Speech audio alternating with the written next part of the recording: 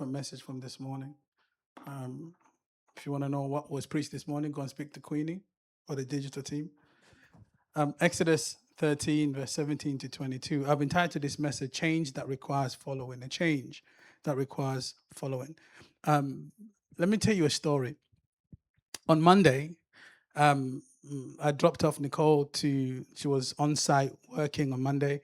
And because Monday is my non-working day, I decided to just go sightseeing. I am a member of the National Trust, which is a place where you can see parks and stuff around. Um, so I've got a dog, an English Cocker Spaniel. His name's Lolo. So if I'm speaking about the name Lolo is really referring to my dog, right? He's like my shadow.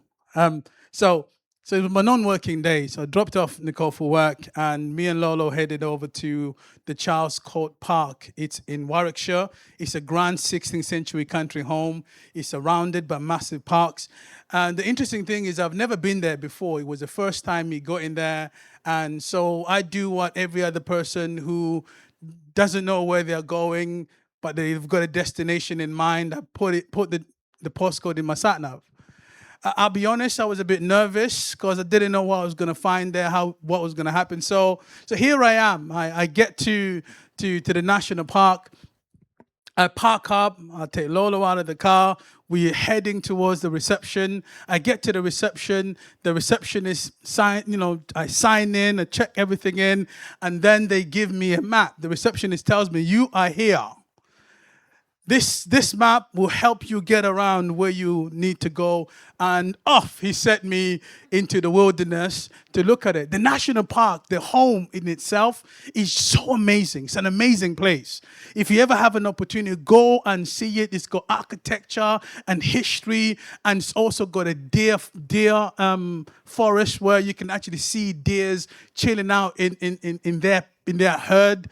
And so it was just beautiful place. There was streams of water that you can kind of it's a relaxing day. Every Monday I take a time to just check out and just take a walk. So this is my mini break, if you will, from the business of my life. I was nervous. Even though I had the map, I was still nervous. But I managed to get around. Even though I had the map, I got lost. I'll be honest about that. Found my way by looking at the map because there were certain sections that you can't really take the dog into. You can't take the dog into these luxurious homes. You can't just, hey, I've got my dog here. I pay for this service. I'm going to take my dog in. You're not allowed. You can't do that, any of that. So there were certain places I could go. So me and Lolo took this amazing, beautiful walk. We finished our walk and we went to the exit. As we were coming out, there was a couple behind us.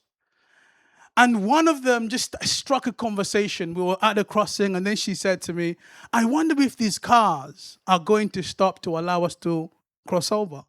And then she said, "I come here all the time, but they've never allowed us to walk, to cross." So as I'm going back into my car and I've experienced my day, it dawned on me. Even though I had a map to go and check this beautiful park out and this scenery, what would have been better is having somebody like her on a journey. I don't need the map if I've got a guide, right? I may still be unsure of where I'm going, but I know that they are sure. And the conversation can be struck, and they can take me to the routes that are, the off-roads kind of location. They know where the shortcuts are, the best spots. If they had a dog, they know, oh, your dog can, even though they say the dog can't be in this location, don't worry, you cool, take the lead off and let the dog run. But because I was doing it by myself, I didn't know where I could and couldn't go, and the emotions that came along with that. Their presence would have made my journey even more better. I would still have been unsure, but I could trust them to lead me because they know the way.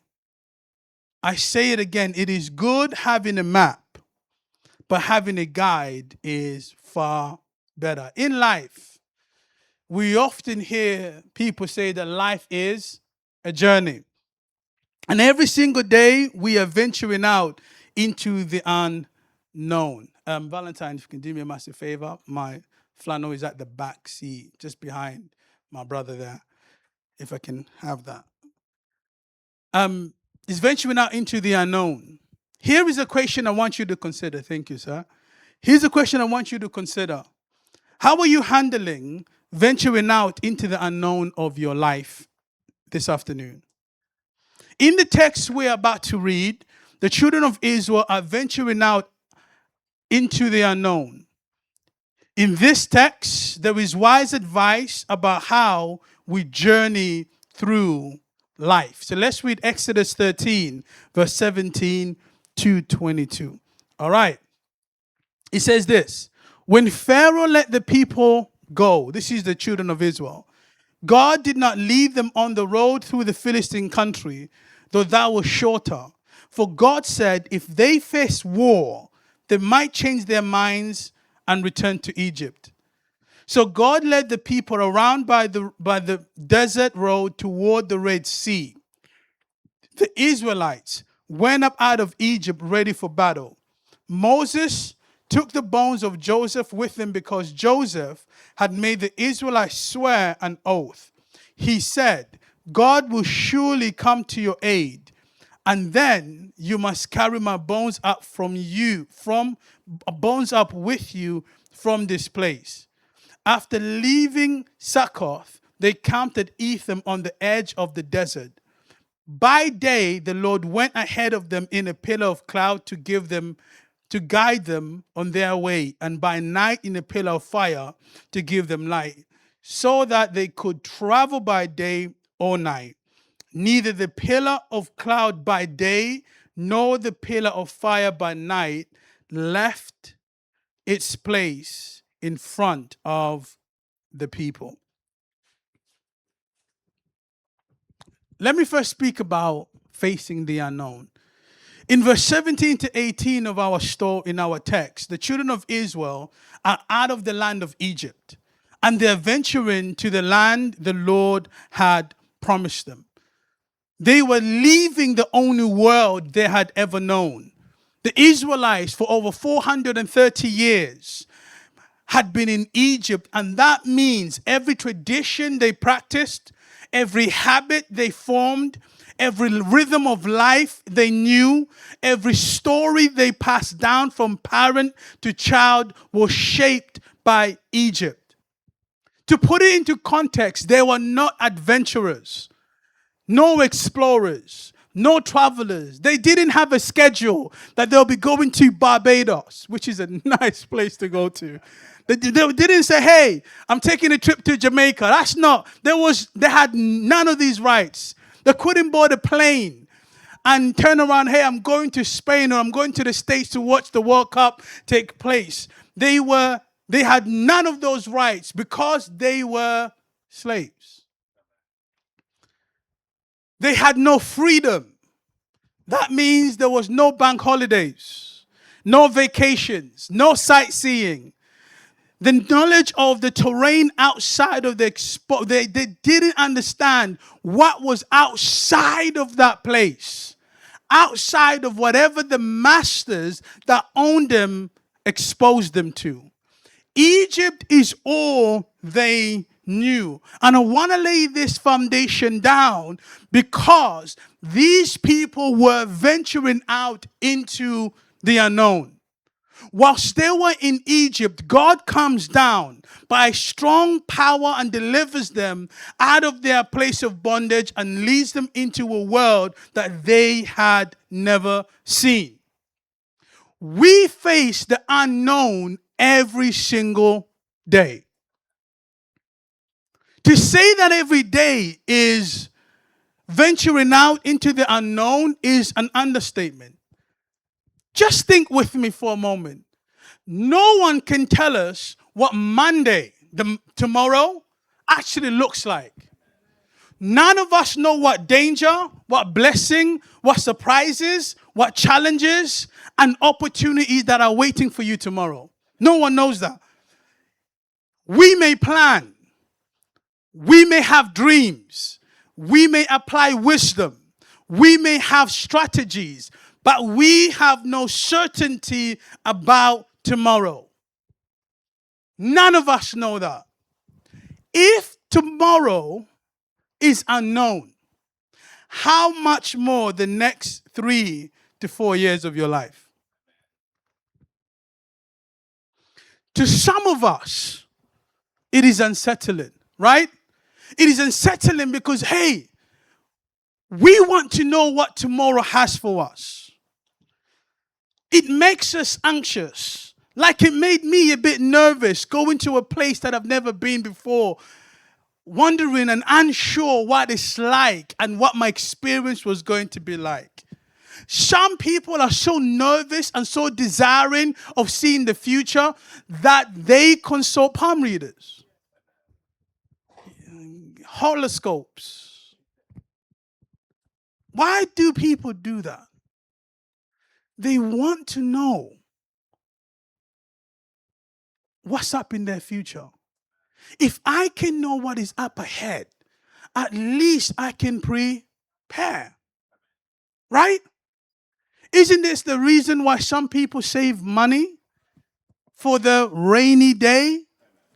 Because you know that tomorrow has its own challenges, so you're trying to prepare today. It is wisdom to prepare. But how can you plan for something you don't know? How can you prepare for a tomorrow you have never visited? The 10 to 15 or 20 years of your life. It's unsettling. It makes us uncomfortable. You come into a relationship with somebody and you don't know how that relationship is going to look like 10 to 15 years.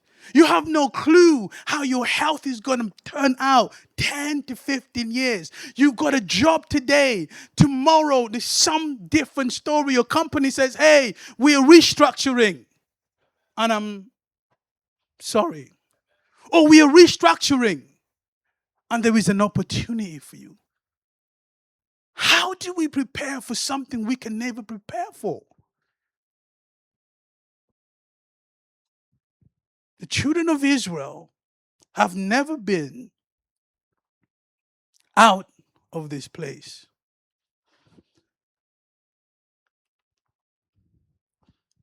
When it comes to us as people, what makes us anxious about tomorrow has to do with our desire for control.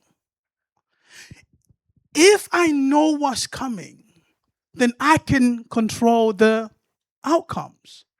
I can shape what tomorrow looks like. It is a human thing to be anxious about tomorrow. It is a human thing to want to know and shape your actions and hope that, hey, I can control the outcome. But every day reminds us that we are not in control. And how are you dealing with that? I heard a story of a group of American explorers who went into a jungle. They found a missionary and asked the missionary. So the missionary is in the jungle, right? They found the missionary and asked the missionary for direction. The missionary turned around and said to them, you don't need direction. You need a guide. No one in their right mind, backpack, supplies, goes into this random forest on Amazon jungle looking for some things. You have no idea what poisonous animals are there and plants that are there, right? You don't know what the journey looks like. You don't have no clue about the terrain. And yet all you would want is, give me the map. Bro, you need a guide. The thing is, there are some people in life that are okay doing it all by themselves. You leave yourself so vulnerable, right? Tomorrow you have no clue, so you do it by yourself. All the pressure and the burden of making it happen, or even when it comes to work, all the pressure and the burden that comes with being successful or just making it tomorrow. Some people take all of that pressure, all of that burden by themselves. No wonder why our mental health is not where it should be. Because we spend more time under pressure and stress because everything rises and falls on us. Other people don't want to live life by themselves. They don't want to navigate it by themselves. They need a guide. But the challenge for them is that they can't find one. Others turn to following whatever trends, ideas, or systems that are available. What's the next big thing that people are doing today? I want that. See, we may look at those people, if we are not those kind of people, we may look at the, hey, why are you always just following whatever the latest trend is? For them, it takes a bit of stress out of life, right? If I just do what everybody else is doing, then somehow, if they get it right, I may be okay.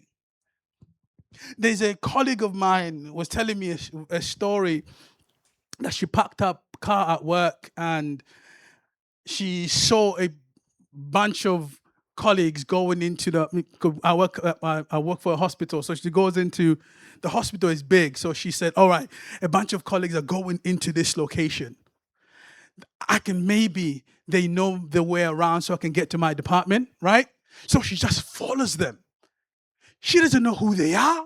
She doesn't know what they're about, but she knows that they work for the hospital because probably they had the hospital uniforms and everything else on and the lanyards and everything else. So she follows right behind them, right? And as she's following them, they all just started to disappear one by one. And she realized that she came to the door and she couldn't get in. What she didn't realize is that these guys worked in that department, and to get through the door, you needed an access code and a card, beep, for you to pass through.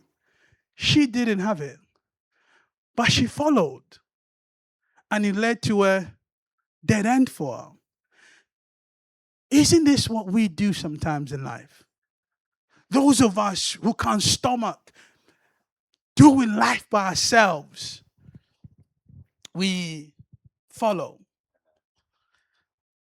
Whether you are following or not following someone, whether you are just leading yourself through the unknown and uncertainty of the world, it having an impact on the quality and the direction of your life right now. It has an impact. It always will have an impact. It is impacting you already. The route you take in life and who you follow in life does matter because it impacts you.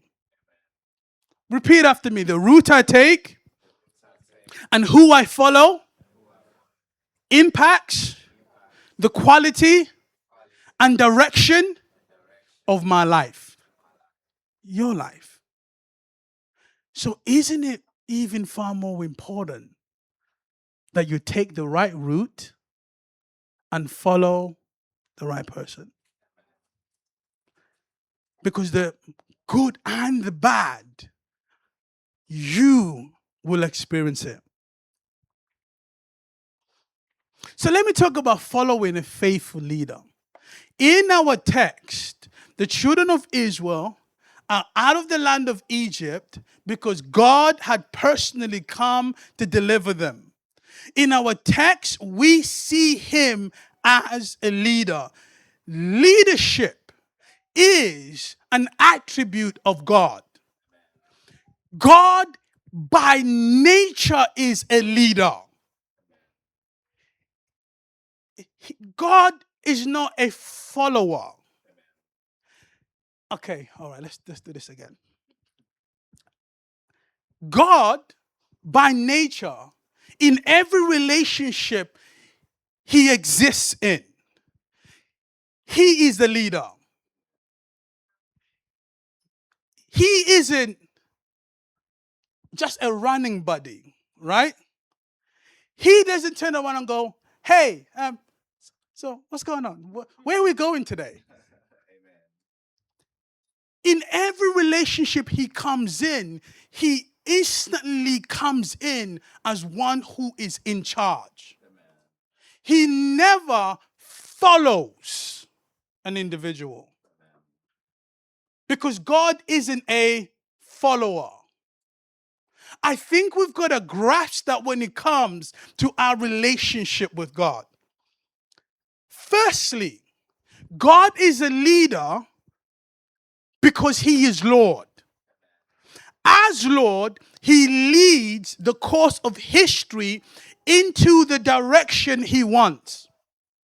When I first started looking at the book of Exodus, I didn't really realize the dramatic impact that the rest of the world was going to have as a result of his act.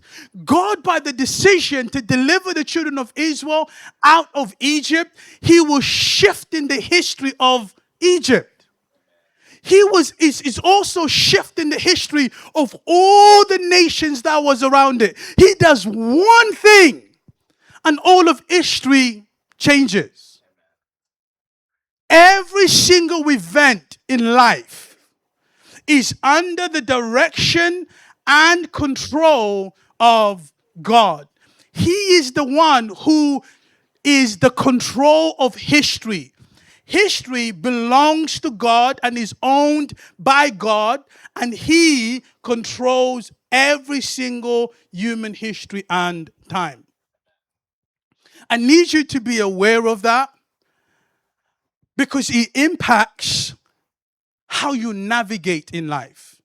If God is in control of everything and he has authority over everything, that means this world and your life is going somewhere. Whether you like it or not, God is leading human beings somewhere. The world, your life is just not some random accident. Just go, hey, I'm here. I don't know where my life is going. You hear stories, my mom didn't want me. Okay, then what am I going to do with my life? With God, every single one of us has value and purpose in his plan. Secondly, as Lord, he presently leads. In our text, we hear that on verse 21, by day the Lord went ahead of them in a pillar of cloud to guide them on their way, and by night in a pillar of fire to give them light. Neither the pillar of cloud by day nor the pillar of fire by night left its place in front of the people. What God is saying is that the world in which he makes is not a clock without a watchmaker. He is present. He's not one of those absent landlords who says, hey, I've made the house, I put the furniture in it, I've given you a life, here is your life, do what you want with it. No, God is present. Whether that sits well with us or doesn't sit well with us, in truth, it really doesn't change. That is true. God is there. So present is God in our world that David writes in Psalms 139 verse 7, where can I go from your spirit? Where can I flee from your presence? God is constantly present. He controls all history and all time. And also he is really present. God is more present in this world than you and I actually realize or even give him credit for. You know those things you've been doing and those thoughts you've been thinking that you don't want anybody to realize you've been thinking it, and things you've been doing and no one has been doing it? You know, on your phone, you click the little privacy message or the WhatsApp that you've got that has the disappearing thing. It doesn't disappear. Somebody keeps the record. God has got his profile on you. And here's the thing, that's a good thing. You have a God who is present. Whether you like him or not, whether you see him or don't see him, the God that made our world is absolutely present. Thirdly, as Lord, he leads us lovingly. What I love about verse 17 to 18 is that it teaches us that he knows us and leads us in a personal way. When he was guiding the Israelites, he says, I'm not going to lead them that way because these people are going to see war, they're going to get scared, and then they're going to want to run back to where they came from. So he said, I'm going to lead him this way. God is giving us an insight that he knows what all your dangers are. He knows the things that will mess up your life, and he knows the path to take that will keep you in his presence. God knows that. Not only that, if you've ever traveled or ever been to a desert, it gets hot. It gets even more hotter than today, right? It gets real hot to the point that if you're traveling in the day, you will dehydrate. When I went on a holiday. Me and Nicole went on a holiday some years ago. We went to Orlando. Whenever I go to the States, the one thing that must be done is me getting a haircut. I have to get an American haircut. It's my ritual. I did it when I went to Orlando. I did it when I went to Miami. I definitely did it when I went to New York. I have to get that American cut, right? So the first time I'm in America, I'm there. I'm at the barbers. I'm having a good time. The guys are telling stories just like the movies, right? They're telling all these random stories. Everything is going on. It's larger than life. I finish my haircut. I say to myself, I got to go back to my hotel. Now, no one was walking, but Mr. Smart Man decide, I'm all good, man. I lived in Zambia. What? So I get out the barber shop and I started walking. Can I be honest? It was hot. I felt like I was about to die. And what was crazy is all the other drivers were looking at me because no one in their right mind is going to go walking in the heat. It was 40 degrees. There was no cloud anywhere. Who does that, right? The children of Israel were traveling in the desert. Think about how good this is. God brings a pillar of cloud by day. Do you know why? Climate control. It's so hot. I don't want the sun to beat down on them. So I'm going to bring a cloud to give them shade. No one knows exactly how many people they were. There may have been 600,000 people, could have been 1 million more people traveling. Do you know how big a cloud has to be to move in a particular direction? The whole experience was a phenomenon, right? But he's doing that to protect them from the heat. And then at night, the temperature drops in the desert. So morning, during the day, it's really hot. At night, it's really cold. Guess what he does? Does it give you a cloud? No. He gives you a pillar of fire by night, controlling the temperature.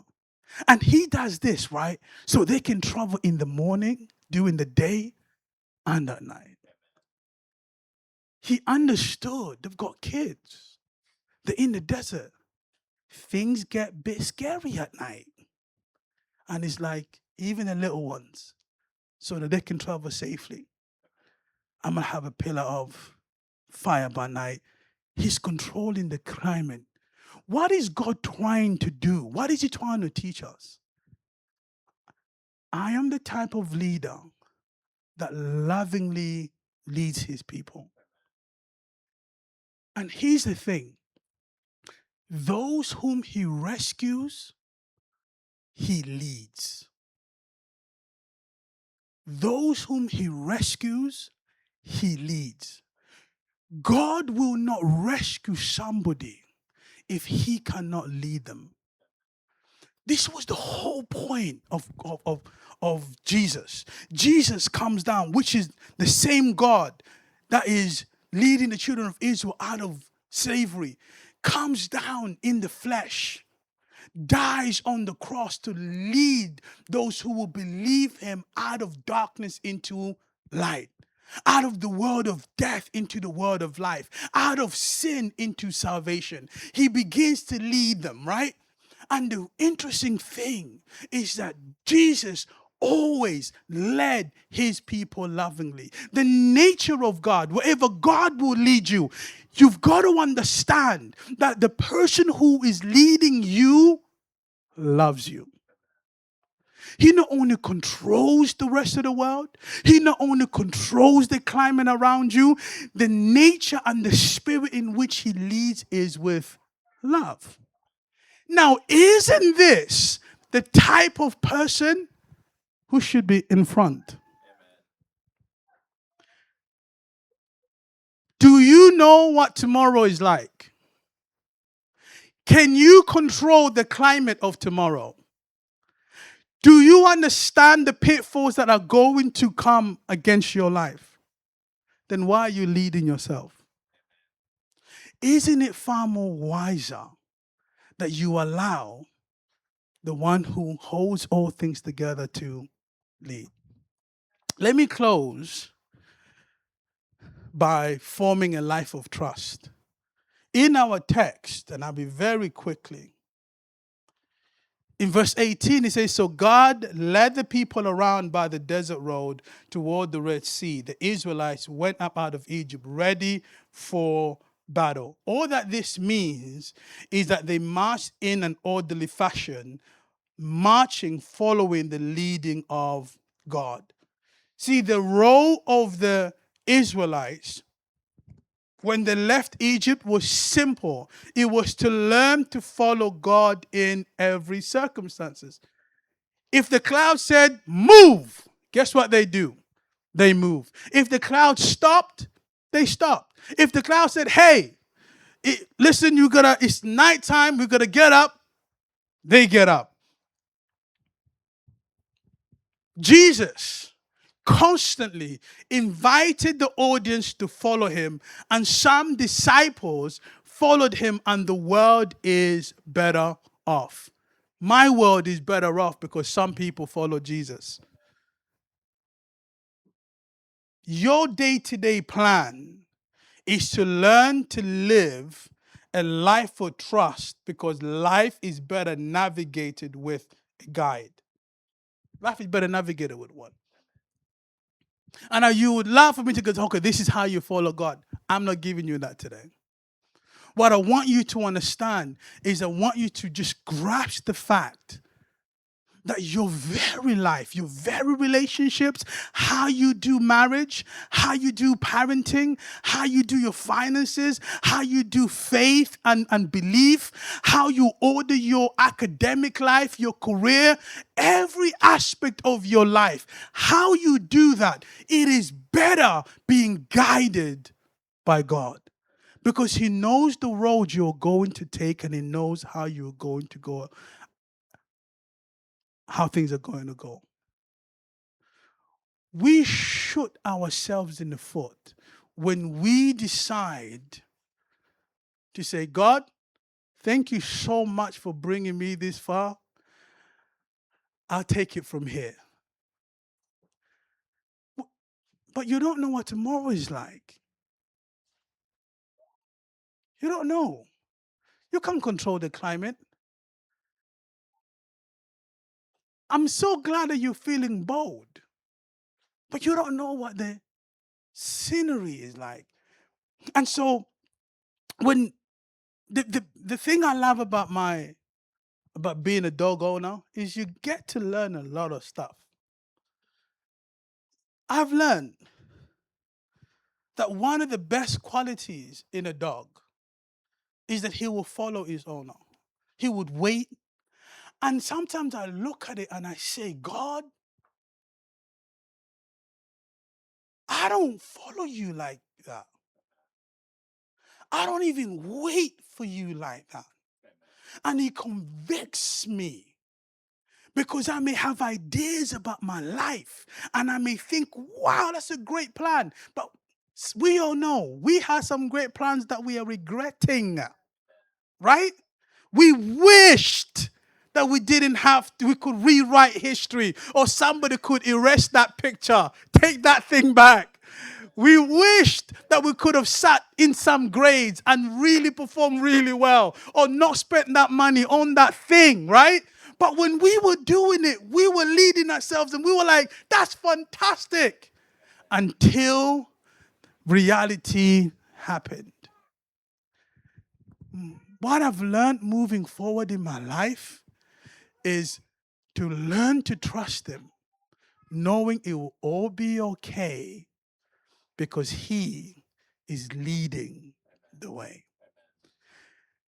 I may be a bit nervous, but man, as long as I learn to trust Him, I know He's gonna be present, and I know because He lovingly leads me. Wherever He leads me is the greatest place. So my question for you, will you allow Him to lovingly lead you? That's all I got for you. Can I have every head bowed?